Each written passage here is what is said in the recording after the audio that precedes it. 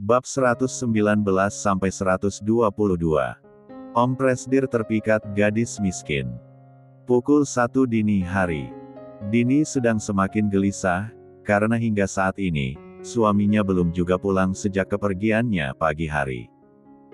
Dia sudah mencoba berkali-kali menghubungi Arya, tapi ponselnya tak aktif. Tuan belum juga pulang sampai saat ini, padahal waktunya sudah larut malam seperti ini. Aku harus menghubungi siapa? Haruskah menelpon adiknya? Tidak, tidak. Aku takut nanti Tuan akan marah. Atau Tuan Damar. Cek, masalah apa lagi ini? Ujar Dini dilanda kekhawatiran. Ya, tapi sebaiknya aku menghubungi Tuan Damar. Siapa tahu jika mereka memang sedang bersama mengurus masalah pekerjaan. Kata Dini langsung mengambil handphone dan mencari nama Damar lalu menelponnya. Diuntungkan waktu yang sudah larut sekalipun, handphone Damar masih aktif dan dengan sigap Damar menjawab telepon dari Dini. Iya, halo, kata Damar. Tuan Damar, apakah Tuan Arya ada sedang bersama denganmu? Sampai saat ini dia belum juga pulang. Jika memang pekerjaannya belum selesai, bisakah tolong beritahu dia untuk memberitahunya lanjutkan saja nanti, ujar Dini. Tuan Arya. Tapi Nona Dini dari pukul 7 malam tadi Tuan Arya sudah meninggalkan perusahaan. Saya pikir Tuan sudah selesai dan pulang ke rumahnya. Pukul 7 tadi. Tapi sampai saat ini Tuan Arya belum pulang juga, dia tidak ada di rumah ataupun kamarnya. Lalu, kemana perginya dia? Kata Dini gelisah yang semakin. Saya juga tidak tahu kemana Tuan Arya pergi selarut ini. Anda tidak perlu khawatir, saya akan mencoba untuk mencari Tuan saat ini juga. Kata Damar. Iya, tolong cari tahu keberadaan Tuan. Jika sudah menemukan informasi keberadaan Tuan Arya, tolong beritahu saya nanti. Kata Dini terdengar khawatir. Iya, baiklah, jawab Damar. Ding, dong. Sibuk dengan pikirannya sendiri, dan telepon yang belum dimatikan.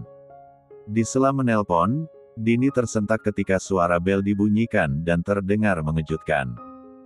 Tunggu dulu, Tuan Damar. Mungkin itu Tuan Arya sudah pulang, Anda tidak perlu mencarinya. Kata Dini yakin kembali berbicara dalam telepon dengan Damar. Semoga saja itu benar Tuan Arya. Jika memang benar Tuan, beritahu kembali saya nanti, Nona Dini. Baiklah, akan kupastikan dan menghubungimu lagi nanti, jawab Dini. Panggilan telepon pun ditutup.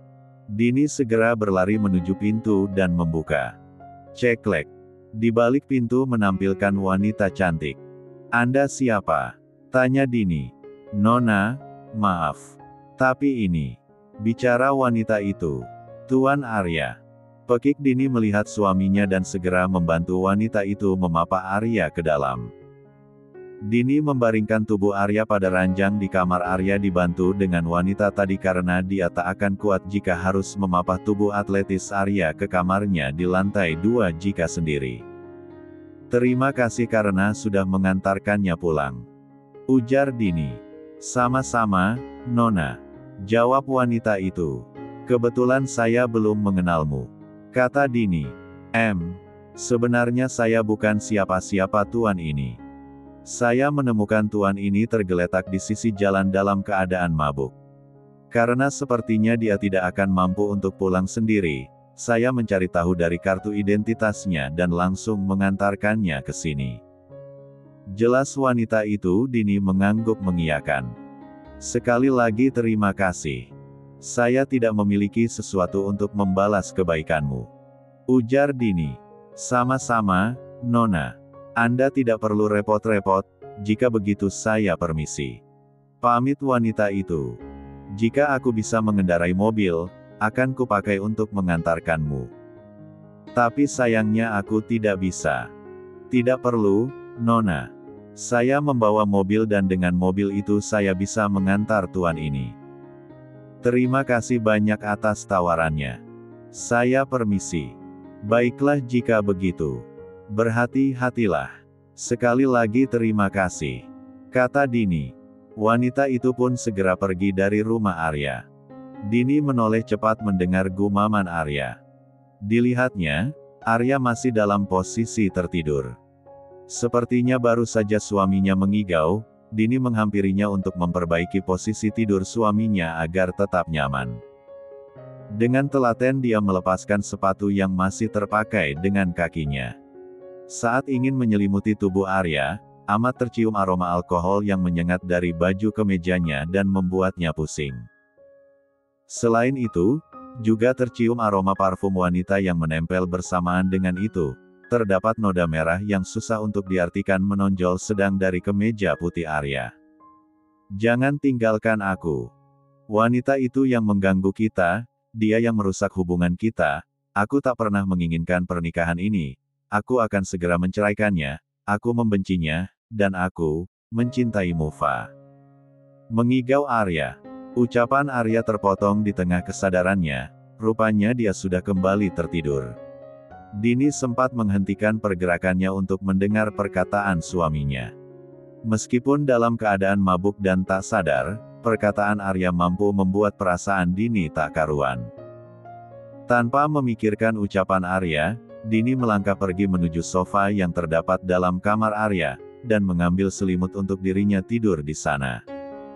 Bagaimanapun belum lama ini dia sudah tidur di kamar Arya, dan karena Arya sedang mabuk, tidak memungkinkan bagi dia untuk tidur di samping Arya.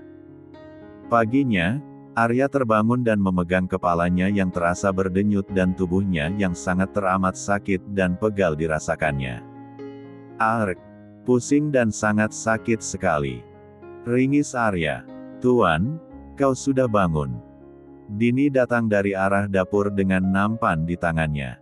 Makanlah.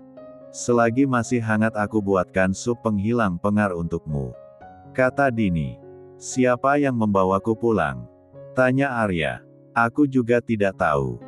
Tapi seorang wanita baik hati membantu semalam kau yang mabuk, jadi dia yang mengantarkanmu pulang, jawab Dini. Dini sedikit linglung melihat Arya yang tiba-tiba berdiri dan hendak pergi. Tuan, kau ingin kemana? Supnya harus dimakan lebih dulu selagi hangat, kata Dini. Mandi. Aku akan ke kantor, jawab Arya dingin. Tapi kau belum sehat betul. Istirahatlah sehari dulu di rumah, usul Dini. Arya diam tak menjawab, terus melangkah menuju kamar mandi di kamarnya. Baiklah. Jika begitu makanlah sup ini nanti setelah Tuan selesai mandi. Iya, aku akan memakannya nanti, jawab Arya sambil mengambil handuknya. Dini hanya tersenyum mendengar Arya yang tidak menolak dan menurut dengan perkataannya. Hal itu membuat Dini senang dan semakin mencintai suaminya. Ia semakin yakin jika perkataan Arya semalam adalah mengigau dan tidak benar-benar mengatakannya sepenuh hati. Dia berpikir otak memorinya masih menangkap masa lalu dulu yang bersikeras menolak ketidakhadirannya. Bab 120. Tadi pagi Tuan hanya sarapan sup yang ku berikan saja. Untuk siang ini akan ku coba kirimkan makan siang untuk Tuan, ujar Dini dengan senang sambil menata rantang berisikan makan siang untuk Arya. Sudah siap. Aku tinggal mengantarkannya ke perusahaan Tuan.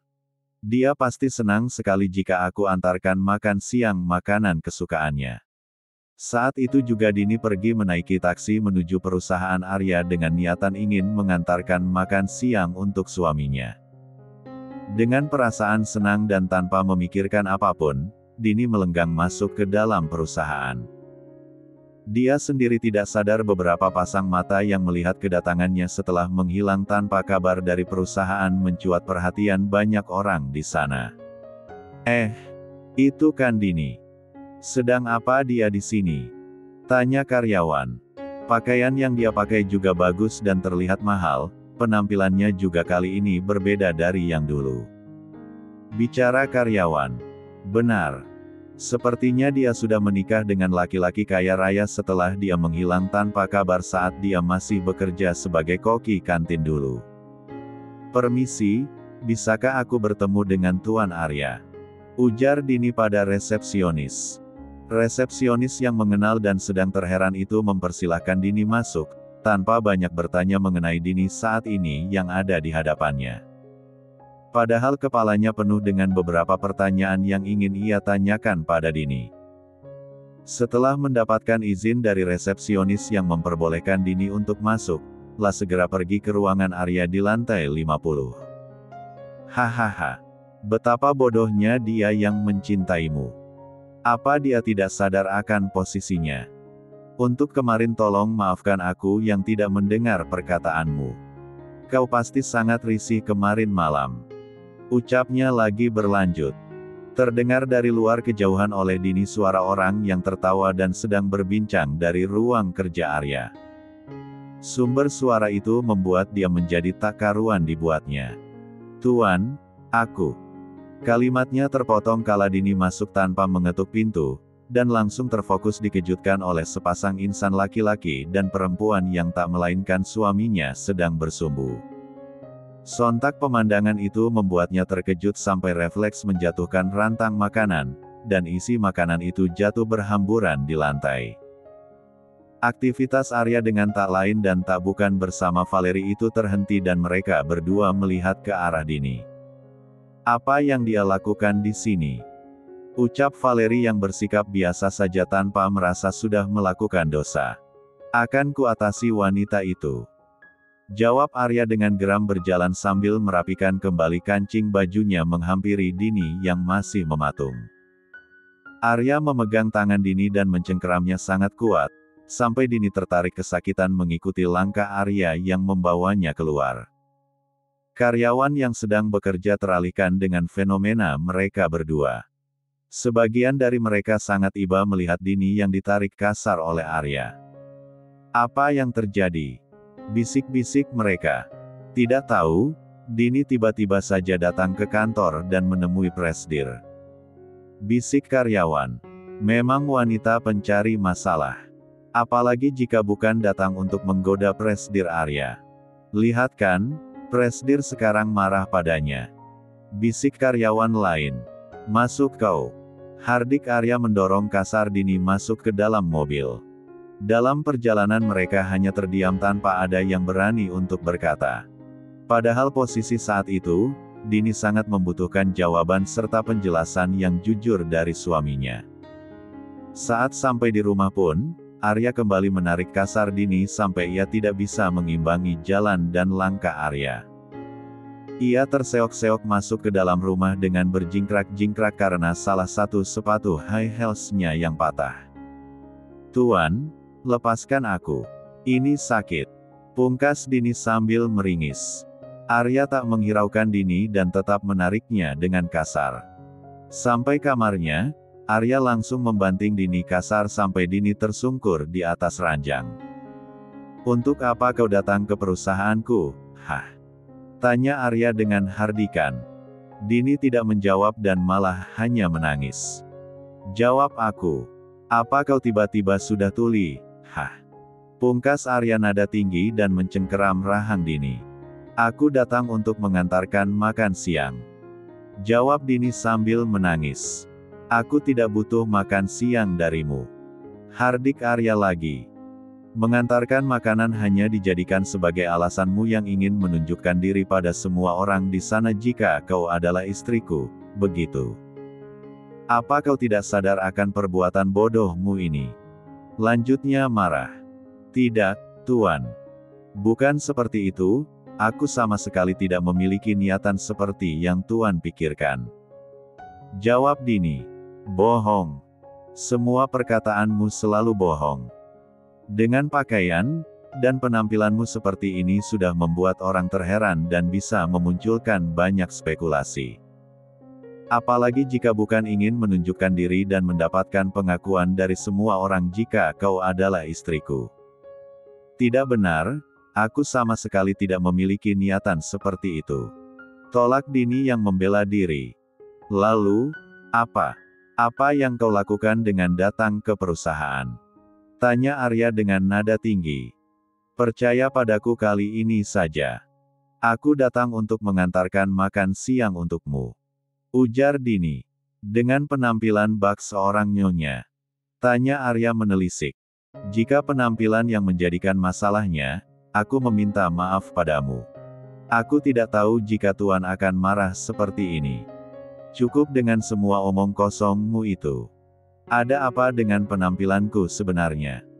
Bukankah memang aku adalah istrimu dan sewajarnya berpakaian seperti ini agar tidak membuatmu malu? Pungkas Dini dengan berani. Apa kau pernah mendengar aku menganggap dirimu adalah istriku? Iya, saat itu di rumah ibu dan di hadapan semua orang terutama adikmu, kau mengatakan itu. Lalu, di hadapan Nona Valeri saat Tuan kesakitan. Kata Dini dengan percaya diri. Apa kau tidak bisa membedakan mana seorang yang tulus, mana yang sedang bermain-main? Tanya Arya sambil mengangkat satu alisnya. Maksud Tuan apa? Tuan sendiri sudah mencintaiku, bukan? Ahahaha. Wanita bodoh.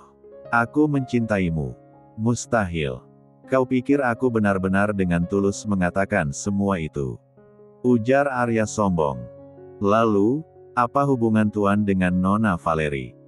Bukankah kalian sudah tidak memiliki hubungan lagi? Lanjut Dini berkata dengan getir memberanikan diri untuk bertanya-bertanya. Cuy, itulah kau yang terlalu bodoh menjadi wanita. Kau pikir selama ini aku sudah berubah padamu? Dari awal semua sudah jelas jika aku mencintai Valeri. Jadi, sikap dan perubahan yang Tuan tunjukkan padaku semuanya palsu. Tanya Dini dengan sesak. Kau pikir aku benar-benar melakukannya hanya untukmu? Dini terpental mendengar pernyataan Arya yang sangat menyakitkan untuk dirinya. Kenapa? Kenapa Tuan menipu diriku? Kau masih bertanya. Seharusnya kau tahu diri dan bukan berbalik bertanya. Jadi, Tuan yang mengigau semalam itu benar. Tuan membenci diriku dan menjadikan aku sumber masalah dari tidak bersatunya Tuan dengan Nona Valeri. Ya, kaulah yang menyebabkan semua impianku hancur. Karena kau yang mencari muka di depan kedua orang tuaku, kau menghancurkan segalanya. Ujar Arya kembali mencengkeram rahang Dini. Benciku padamu, tidak akan berubah menjadi cinta. Itulah dua kata antara benci dan cinta yang akan terus terdengar dan tidak akan berubah sampai kapanpun dari Arya. Bab 121. Sebuah pernikahan tanpa cinta adalah seperti mimpi buruk bagi siapa saja, tapi tidak ada yang pernah tahu bahwa mimpi buruk bisa menjadi manis bila berpihak padanya. Puas kau. Kau sudah menghancurkan mimpiku. Bagaimana perasaanmu sekarang? Apa begitu sakit? Pasti sangat sakit, tapi tak seperti rasa sakit cintaku pada Valeri yang terhalang olehmu. Arya mendorong Dini sampai terjatuh di samping tempat tidur. Dasar wanita mata uang, aku tahu kau dibeli oleh ibuku supaya kau bisa menikah denganku. Kalimat yang pernah terucap dulu, kini terdengar kembali.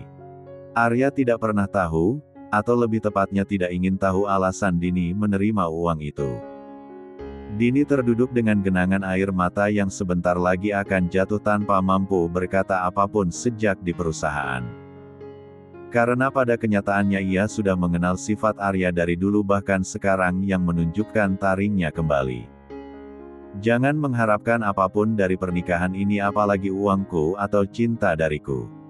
Kau tidak akan mendapatkan apapun kecuali rasa sakit yang lama-lama akan menggerogoti tubuhmu. Sekarang rasakan akibat dari perbuatanmu sendiri yang rasanya dikhianati oleh orang yang kau cintai, bukan? Hardik Arya. Jangan pernah berpikir kau bisa menjadi nyonya di rumah ini sampai kau pikir aku benar-benar berubah dan mencintai dirimu.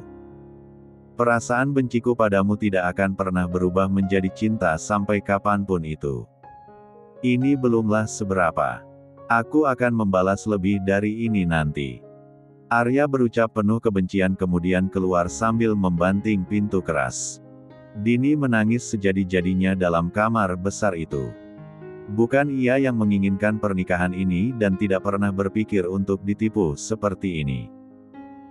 Setelah mengetahui kenyataan pahit yang terungkap menimpa dirinya jika ternyata selama ini pria yang telah ia cintai segenap hati tidaklah menunjukkan sikap asli yang sudah ditunjukkan sehingga sudah mengkhianati kepercayaan dirinya, justru semakin membuat dia terpuruk karena gagal merasakan mencintai dan dicintai.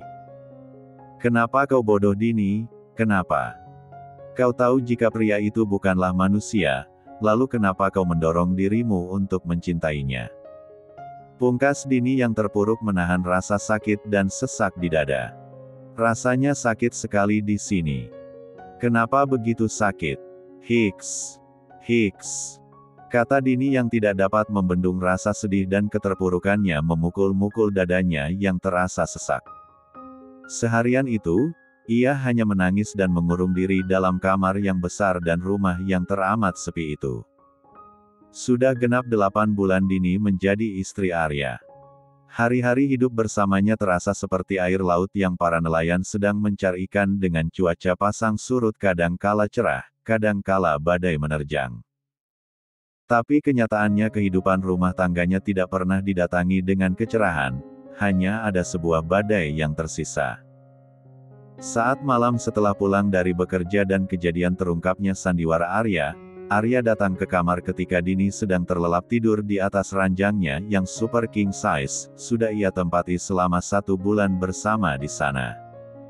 Dengan menyelinap Arya mengikat kedua tangan Dini dengan tali kesandaran tempat tidurnya. Karena merasakan guncangan yang mengusiknya, saat itu Dini tersadar dan sedikit panik. "Tuan, kenapa aku diikat seperti ini?" tanya Dini panik. Arya menyeringai sambil menindih Dini dan menatapnya penuh gairah. "Ibuku sudah membayar mahal dirimu untuk diberikan pada diriku bukankah rugi jika aku tidak menggunakan apa yang sudah dibelikan ibuku untukku?" ucap Arya menyeringai sambil menenggelamkan kepalanya. Dini semakin panik. Apa yang akan dilakukan Arya padanya? Ia mencoba menarik-narik ikatan tangannya tapi sangat kencang dan tidak terlepas begitu saja, yang ada malah membuat tangannya lebam. Melihat pemberontakan yang dilakukan Dini, Arya semakin menjadi dan mencengkeram kuat rahangnya. "Ini yang ingin kau dapatkan dariku sejak dulu bukan? Sebentar lagi aku akan mengabulkan impianmu," ucap Arya menatap Dini dengan penuh gairah. "Tolong jangan, Tuan. Biarkan saya pergi. Saya berjanji akan melepaskan diri dari hubungan ini agar Tuan bisa bersama dengan Nona Valeri." "Kenapa pergi? Kau tidak ingin main satu kemati malam ini?" ucap Arya langsung mengeks-eks. Air matanya sudah mengenang di pelupuk mata. Sakit sekali mendengar setiap penghinaan. Sungguh Dini tidak pernah bergandengan tangan dengan seorang laki-laki saja tidak pernah. Apalagi harus menerima jika seorang pria yang merupakan suaminya, akan merenggut kesuciannya meskipun mereka sudah sah melakukan hal itu. "Bagaimana? Aku andal, bukan?" Senyum mengejek mengembang sempurna. Dini hanya diam menyaksikan apa yang terjadi pada dirinya saat ini. Ingin menutupi tapi tidak bisa, karena ikatan tali yang mengikat tangannya. "Tuan." Tidak tahan Dini yang kesakitan, "Tuan cukup. Diam kau," bentak Arya. "Jangan pernah mengeluarkan sepatah kata pun ketika aku XX." Arya melanjutkan kembali. "Tidak, Tuan. Sudah cukup, jangan lagi." Kata. Dan akhirnya perjalanan sudah sukses. "Thanks sayang," ucap Arya menenggelamkan kepalanya. Dini hanya sedang menstabilkan napasnya karena kelelahan yang sangat dalam. Ia tidak menyangka jika malam ini dia sudah menjadi wanita milik suaminya seutuhnya. Malam perjalanan telah dilalui Arya dan Dini, dengan spray putih yang sudah penuh dengan noda merah. Keduanya sama-sama mabuk kepayang, sampai pagi menjemput. Bab 122. Sebelum Arya pulang, dia mendapat pesan yang membuatnya emosi dari Bu Amira. "Arya, bisakah kau datang ke mansion hari ini?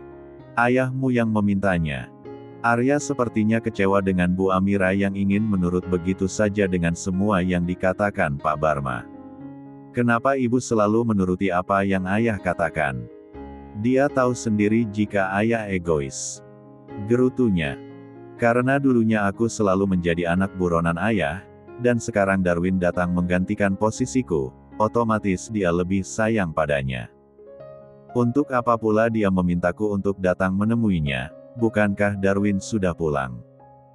Tapi dia sama sekali tidak menghargai perasaanku. Dia selalu memaksakan kehendaknya. Terus gerutu Arya. Akan kuusahakan, jawab pesan Arya pada ibunya. Tok, tok, tok, ceklek. Ternyata Bu Amira yang membuka pintu utama. Arya, ayo masuk, nak. Ajak Bu Amira.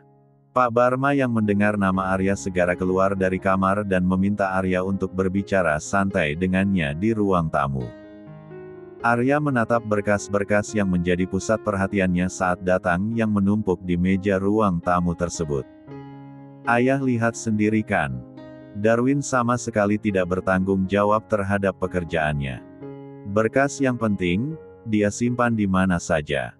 Pak Barma juga menjadi kesal dibuatnya yang baru saja datang sudah membuat onar.